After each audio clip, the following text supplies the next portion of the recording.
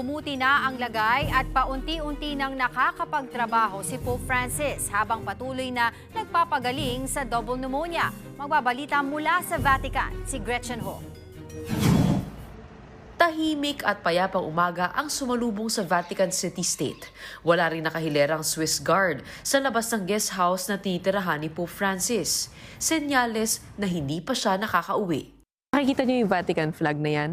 Diyan nakatira si Pope Francis sa guest house o tinatawag na Casa Santa Marta. Imbis na doon siya sa Apostolic Palace kung saan tradisyonal na namamalagi yung Santo Papa, pinili ni Pope Francis na dito na lang tumira.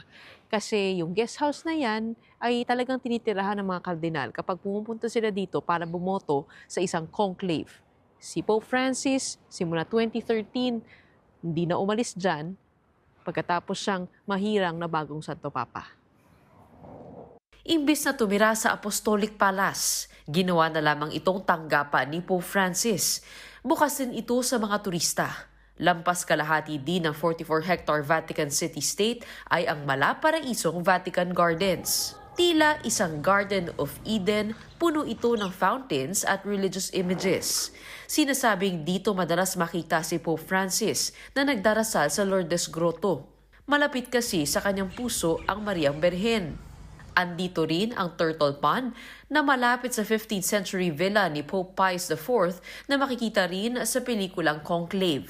Gayunman, ang Vatican City State ay hindi lamang sentro ng Katolisismo. Isa din itong independent country na may sariling bangko, istasyon ng pulis, parokya, mall, grocery, kolehiyo, radio station, train station at sariling pamahalaan.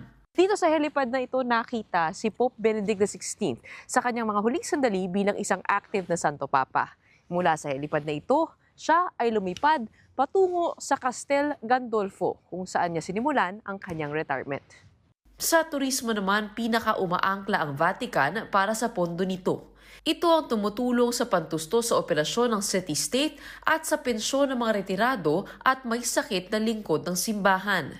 Pero gaya ng lahat na ekonomiya, pinakanatamaan ito ng COVID-19 pandemic. Kaya naman, isa sa mga naging desisyon ni Pope Francis ang pagtalaga sa isang babae bilang Governor of Vatican. Naniniwala kasi si Pope Francis na mas magaling mag-manage ang mga babae. Nitong Sabado lamang nang udyukan din ni Pope Francis ang mga Katoliko na patuloy na maniwala at sumugal sa mga babae, lalo't hindi raw maitatanggi ang generosity at tapang ng mga kababaihan. Yan ang mensaheng ipinadala niya sa Holy Mass for the Movement of Life sa St. Peter's Basilica. Patunay din ito ng gumagandang lagay ng Santo Papa na pang-4 na linggo nang nagpapagaling sa Gemelli Hospital dahil sa double pneumonia.